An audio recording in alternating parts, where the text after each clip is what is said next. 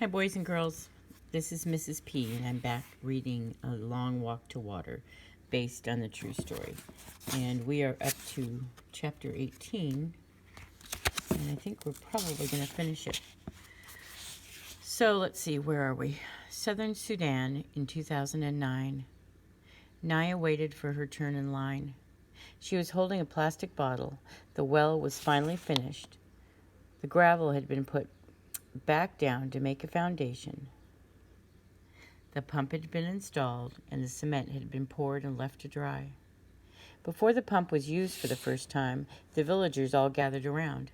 The leader of the workers brought out a big sign made of blue canvas. The canvas had writing on it. The writing was in English, but the leader spoke to Naya's uncle, and Uncle told everyone what the sign said. In honor of Elm Street School, Uncle said, This is the name of a school in America. The students at the school raised the money for this well to be dug. Uncle held up one end of the sign. The workers' leader held up the other end. Everyone else stood around it, and one of the workers took their picture. The picture would be sent to the American school so that the students there could see the well and the people who were now using it. Then the villagers all got in line to wait for their turn for water from the new well. When Naya reached the head of the line, she smiled shyly at her uncle, who paused in his work for a moment to smile back at her. Then he began moving the pump handle up and down and up and down. A stream of water flowed from the mouth of the pump. Naya held her bottle underneath the pump's mouth. The bottle filled up quickly. She stepped aside to let the next person fill a bottle, and then she drank. The water was delicious. It wasn't warm or muddy like the water from the pond. It was cool and clear. Naya stopped drinking and held up the bottle so she could look at it.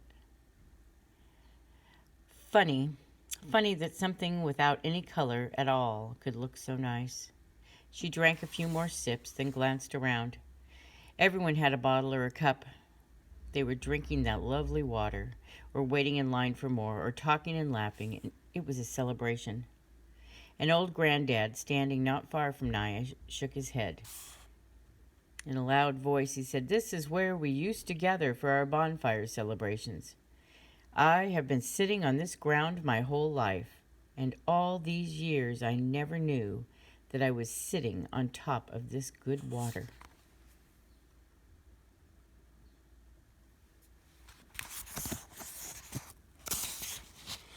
Everyone around him laughed, and Naya laughed too, and in a few more days the school would be finished.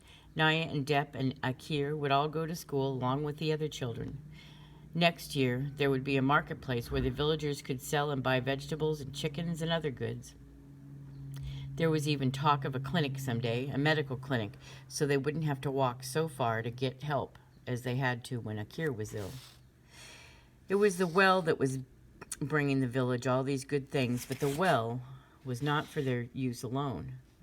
People would come from miles around to fetch the good clean water. Naya knew from listening to the grown-ups that the crew leader had made many arrangements concerning the well. No one was ever to be refused water. Some of the villagers would be responsible for maintaining the well. They would be busy with this new work, and so the entire village was to help them with their crops and cattle. Other villagers, including Naya's uncle, would resolve any disputes that arose. The well would change their lives in many ways. I will never again have to walk to the pond for water, Naya thought. She wandered around a little, sipping at her cool, fresh drink, and then she caught sight of the crew leader. He was standing by himself, leaning against one of the trucks and watching her uncle work the pump. Dep saw her looking at the man. "That man, the boss of the workers," Dep said. "You know he is Dinka." Naya looked at Dep in astonishment. The Dinka and the Nuer did not look very different physically. You had to look at the scar patterns on people's faces to tell the tribes apart. Dinka scar patterns were different from those of Nuer. But the crew leader had no scars on his face, and Naya had heard some of the teenage boys talking about that, wondering why he had no scars, when clearly he was a grown man. The leader's assistant was Nuer. So were most of the crew. They all had Nuer scars. Naya hadn't thought about that much, but she realized that she had always assumed that the leader was Niue too. The Dinka and the Niue were enemies, had been for hundreds of years. Why would a Dinka bring water to us, she wondered aloud. I heard Uncle and Father talking about him, Depp said. He has drilled many wells for his own people. This year, he decided to drill for the Niue as well. Depp had not really answered Naya's question. He probably doesn't know the answer, she thought, but now Naya felt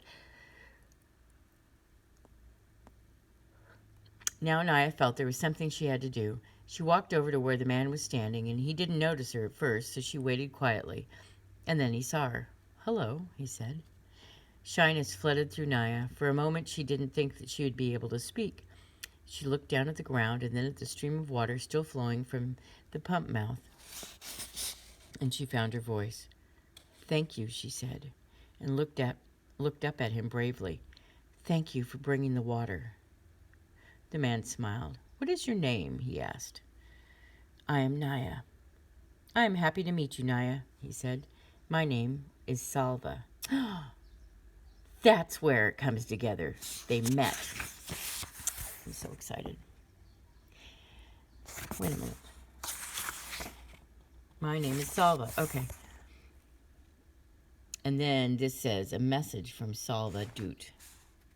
This book is based on the true story of my life. I hope that because of the book, more people will learn about the lost boys in the country of Sudan.